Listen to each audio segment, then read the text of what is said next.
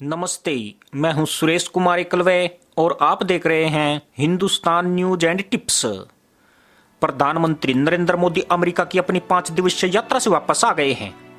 इस दौरान पीएम मोदी ने संयुक्त राष्ट्र महासभा को संबोधित किया और क्वाड शिखर सम्मेलन में भी हिस्सा लिया। ऐसे में यह सवाल उठ रहे हैं कि उनकी यह अमेरिका यात्रा कितनी सफल रही है। क्या भारत अमेरिका में अपने कूटनीतिक मिशन में सफल रहा है? सवाल यह है कि आखिर मोदी की यह अमेरिका यात्रा किस मामले में ऐतिहासिक रही है, भविष्य में इसके क्या निहितार्थ होंगे। प्रधानमंत्री मोदी की अमेरिका यात्रा को कूटनीतिक उपलब्धियों के लिहाज से बेहद अहम कहा जा सकता है।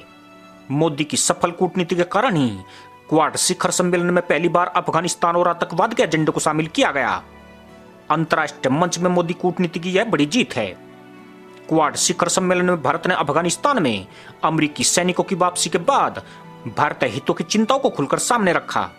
क्वाड बैठक में भारत यह सिद्ध करने में कामयाब रहा कि तालिबान शासन में पाकिस्तान की दिलचस्पी भारत विरोधी है। उसने पाकिस्तान की कथनी और करनी में भेद करते हुए यह सिद्ध कर दिया कि वह आतंकवाद का पोषण कर रहा है। भारत ने अपनी आंतरिक और बाहरी सुरक्षा को लेकर क्वाड देशों के समक्ष अपनी चिंता रखी। अफगानिस्तान में अपने आर्थिक हितों को लेकर भी भारत ने अपनी चिंता व्यक्त की है। बता दें कि अफगानिस्तान में अचानक अमेरिकी सैनिकों की वापसी से भारतीय हितों को झटका लगा था। भारत ने भी अमेरिका के इस कदम से हैरानगी जताई थी। संयुक्त राष्ट्र महासभा की बैठक में जब पूरी दुनिया के शीर्ष नेता अमेरिका में मौजूद हों, उस वक्त राष्ट्रपति बाइडेन ने क्वाड के नेताओं को विशेष तवज्जो दिया है। इस क्रम में राष्ट्रपति बाइडेन और पीएम मोदी की व्यक्तिगत मुलाकात खास मायने रखती है। इससे भारत की कूटनीतिक क्षमता का अंदाजा लगाया जा सकता है। मोदी की सफल वैदेशिक नीति के कारण भारत को अंतर्राष्ट्रीय जगत में खास महत्व दिया गया।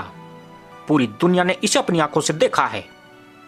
अमेरिका में पहले मोदी और राष्ट्रपति बाइडेन के बीच व्यक्तिगत मुलाकात का कार्यक्रम नहीं था। अमेरिकी राष्ट्रपति के कार्यक्रम में तब्दील करते हुए मोदी के साथ उनका कार्यक्रम रखा गया।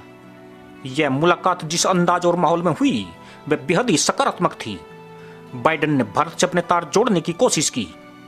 यह इस बात के संकेत है कि अमेरिका की भारत के साथ संबंधों में कितनी दिलचस्पी है, खासकर तब जब भारत 21वीं सदी में अपने विकास पथ पर तेजी से अग्रसर है। इसके साथ सामरिक क्षेत्र में चीन और पाकिस्तान का गठबंधन भारत के समक्ष एक चुनौती पेश कर रहा है। क्वाड शिखर वार्ता में भारत अपनी कोरोना वैक्सीन डिप्लोमेसी को लेकर भी कामयाब रहा। भारत ने वैक्सीन को लेकर चीन को पूरी तरह चित कर दिया है। क्वाड शिखर वार्ता में भारतीय कंपनियों को अमेरिकी कंपनी जॉनसन एंड जॉनसन की कोरोना वैक्सीन की 1 अरब डोज बनाने पर सहमति बनी है। यह भारत की बहुत बड़ी कूटनीतिक जीत है। इससे भारत चीन निर्मित वैक्सीन को एक नई चुनौती देगा।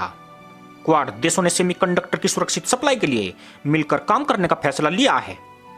इससे चीन को कड़ी टक्कर मिल सकती है। चीन अपने 2म दर्जे की वैक्सीन से दुनिया में अपने प्रभाव को बढ़ाने में जुटा है। ऐसे में भारत दुनिया के कई देशों के लिए चीन का बेहतर विकल्प बन सकता है। अमेरिकी राष्ट्रपति जो बाइडेन और मोदी की प्रथम मुलाकात बेहद प्रभावशाली और दिलचस्प रही है। दोनों नेताओं की यह व्यक्तिगत मुलाकात बेहद सकारात्मक माहौल में हुई है। पूर्व अमेरिकी राष्ट्रपति डोनाल्ड ट्रंप और मोदी की दोस्ती के बाद बाइडेन और मोदी की केमिस्ट्री भी रंग लाएगी।